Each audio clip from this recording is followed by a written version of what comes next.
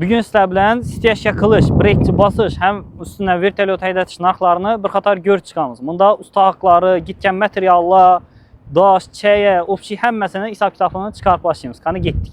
Assalomu alaykum Fayz Dekor obunachiları. Xudo xolasa Fayz Dekor jamoamiz kengaymoqda, ya'ni yangi ofis sotib olamiz. Hozir shu yerda qurilish ishlari bo'lib turibdi.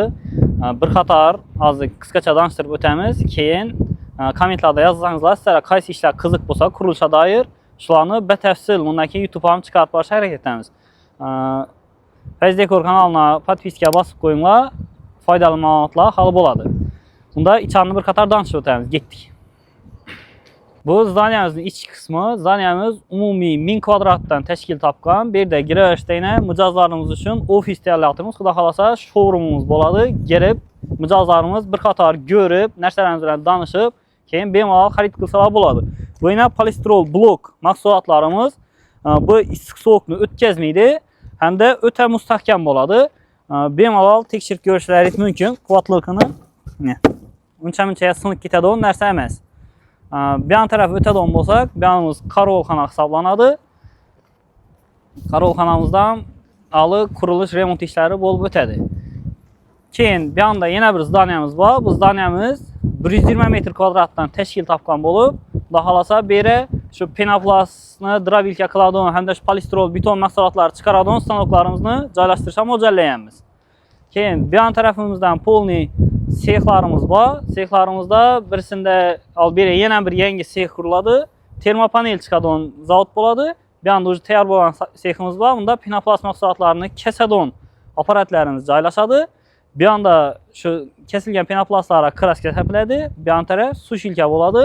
Bir yanda bir xona ishchilarimiz uchun ovqatlanish hamda dam olish xonalari bo'ladi.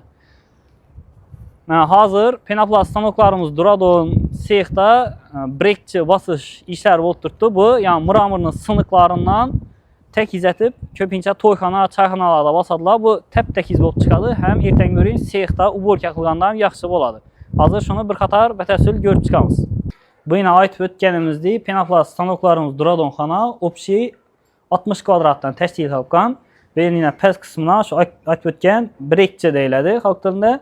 Yani mramorning siniqlaridan tekizletib stiyashga qilinadi. Hozir bu yerda ustalarimiz eng eldin shu stoykalarini quyib ketgan, ikkigina eldin va bugun kelib suxoy simesa shu yani bo'shatgan siniqlarini tekizlab bosib ketdilar.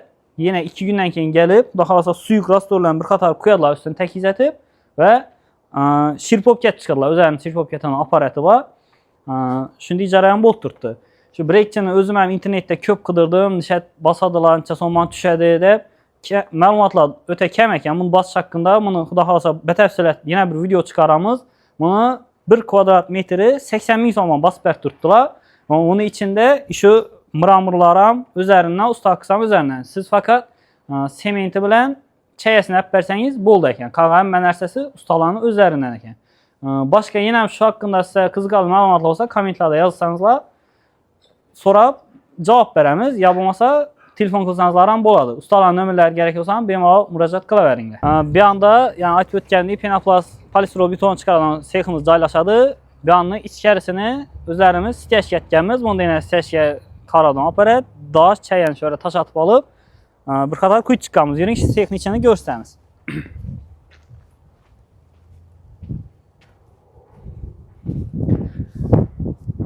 Yani bu xonamiz umumiy 120 kvadrat metrdan tashkil topgan bo'lib, bemalol hamma stanoklarni joylashtirsa bo'ladi.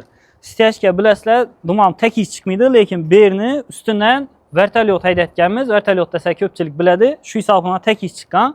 Bu vertolyotni metri 10 ming so'mdan, 1 metr kvadratini 10 ming so'mdan haydab berdilar. Ustalarning nomerlari bor. Kimga qiziq bo'lsa, ular bilan bemalol bog'lashsangizlar bo'ladi.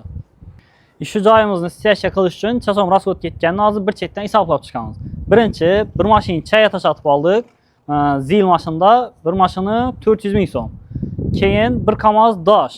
Bir kamaz dashimiz 1,5 million so'mga общий kelib tushishi bilan. 2,5 tonna sement. Sementimiz 700 so'mdan 1 kilosi. Navoiy 500 marka sement. Shunda 3 tonna bo'lgandan 2 million atrofida sement o'zine. Keyin usta haqqisi 7-8 cm kalınlıkta quyilgan 1 kvadrat metri 30 ming so'mman. 100 kvadrat bo'lsa 3 million usta haqqisi. Oxirda keyin bunun üstündən bir qator tekiz bo'lish uchun vertolyot aytganmiz. Vertolyot ham 1 metr kvadrati 10 ming so'mman, 1 million so'm pul bo'lgan. Shunda общий 400 ming, 1,5 million, keyin sement puli 2 million, ustalarniki 3 million, 1 million vertolyota. Ana hisob kitob etib qolaverasizlar. Fayzdekorning ishi yangi zdaniyasi xudo xolasa ishga tushishi bilan ishlab chiqarish hajmimiz yanada kengayadi hamda klientlarimiz ham udobniy bo'ladi, chunki bu yerning lokatsiyasi shaharni ishlab chiqarish zonasida joylashgan, ya'ni bu yon taraf taxta bozor, bu yon tarafimiz ko'mir metan, shuni oldinda joylashgan, kelib ketishingiz ham udobniy bo'ladi va xalqimizga sifatli mahsulotlarni tezroq yetirib berish imkoniyati bizda foyda bo'ladi. Bu yerda qilinib turgan ishlarni keyingi videolarda ham yana ham tanishtirib boramiz. Kimga savollar qiziq bo'ladigan bo'lsa, bemalol kommentariyada yozib qoldiringlar. Sog' bo'ling, salomat bo'ling. Görüşünce.